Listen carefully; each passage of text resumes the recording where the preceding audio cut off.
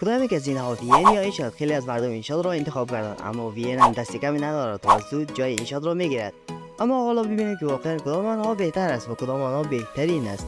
در این ویدیو موضوع ما درباره این بخش‌های برنامه خواهد بود: layout and interface, text and emoji, music and sound effects, chroma key, effects, transition and filters, animation cutout و tracking. پس بیایید که ببینیم کدام یک از آنها پادشاه خواهد شد.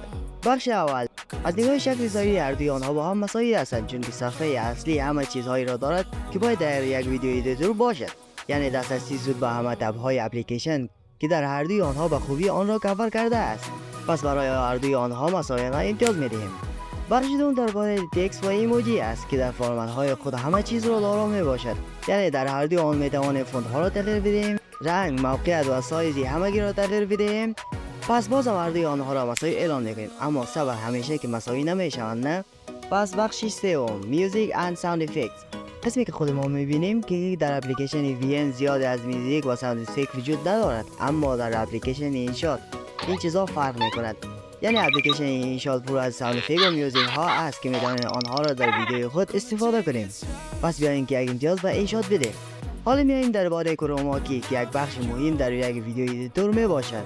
همیشه می‌خواهیم که چیزهای جالب را در ویدیو خود اضافه کنیم، پس بدون کروما کی نمی‌شود. پس بیاییم که تست کنیم کدام یکی بهتر است، کروما کی اینشات یا کروما کی وین. در اینشات رنگ سبز با کروما کی خوب از بین می‌رود، اما در وین می‌تواند رنگ‌های زیادی را توسط کروما کی از بین ببرد. و این نظر شخصی خودم نیست، بلکه بیشتر از کسانی که از آن استفاده کردند است. پس بیاییم که یک امتیاز برای وین بدهیم. حالا نوبت رسید به effects, transitions and filters.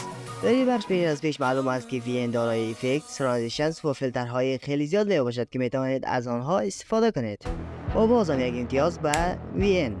بخش بعدی انیمیشن کاتاوت است. در این بخش چند عکس رو با هم کاتاوت میکنیم که خود ما ببینیم که واقعا کدام یک از آنها بهتر می باشد. اول اینشات خوب تا جای خوب بود، اما به اندازه وین نمیتواند با مشخصات زیاد از کاتاوت استفاده کند، پس بازم یک امتیاز اضافه برای وین. بازم آخر بخش ترکینگ است که هر دوی آنها خوب هستند و میتواند یک چیز را به خوبی دنبال کند، پس امتیاز مساوی برای هر دویشان میدهیم. و الان وقت جایزه یا بونوس است. و اما باید داشته باشید که میتوانیم هر دوی آنها دارای اکسپورت 4K میباشد و میتوانید عکس‌های خود را به طور 4K اکسپورت کنید. خب بخشایی که وین یا اینشات دارد یا ندارد. نمبر 1 AI Tools که وین ندارد و اینشات دارد. نمبر 2 Smart Tracking که وین ندارد و اینشات دارد.